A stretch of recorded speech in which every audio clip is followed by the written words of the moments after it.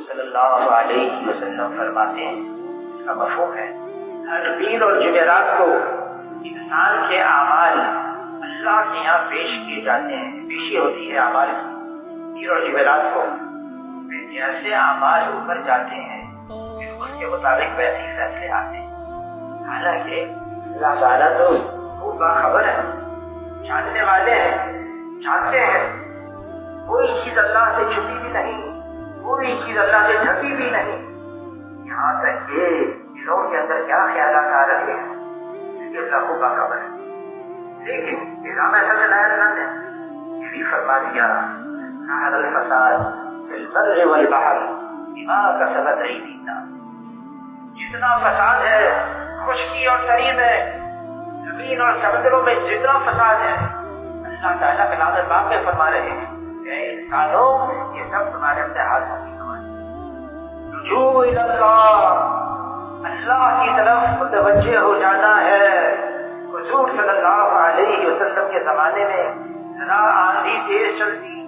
طوفان آ جاتا، سورج گرہن ہو جاتا، چاند گرہن ہو جاتا، حضور صلی اللہ علیہ وسلم اپنے صحابہ کے ساتھ مسجد میں آتے، اللہ کی طرف متوجہ ہو جاتے، اللہ سے مانگتے، اللہ کی طرف متوجہ ہو جانا، رجوع الی اللہ، پھر اللہ سے معافی مانگنا۔ ایک بزرگ کا قصہ آتا ہے، وہ کہتے ہیں میں گھر پہنچتا ہوں، میرے بچے نافرمان، بیوی بات نہیں مان رہی، سواری کا جانور سرکش ہو گیا، میں مسجد میں جاتا ہوں، میں 2 رکعت نماز پڑھتا ہوں، اللہ سے معافی مانگتا ہوں، میں گھر آتا ہوں، میرے بچے بھی صحیح، بیوی بھی ہوتی، جانور بھی سرکشی ختم، سارا نظام بدل گیا، اللہ سے جو مانگتا ہے حکم دیا ہے اللہ نے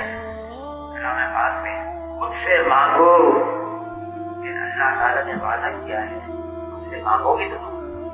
کیا مانگنا ہے؟ چھوٹی سی چھوٹی چیز، جوتے کا تسمہ ٹوٹ جائے، فرما یہ بھی اللہ سے مانگو، گھر میں نمک کی ڈلی نہیں، یہ بھی اللہ سے مانگو، بڑی سے بڑی جنت الفردوس، یہ بھی اللہ سے مانگو۔ ہم تو ہر اعتبار سے محتاج ہیں اس بات کے کہ اللہ تعالیٰ ہم پر اپنا فضل فرمائے۔ اللہ تعالیٰ کلام پاک میں فرما رہے ہیں اے انسانوں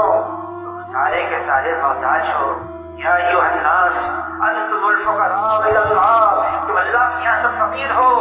محتاج ہو، غنی تو اللہ کی ذات ہے جو سب کو دے رہا ہے۔ اللہ سے مانگنا ہے،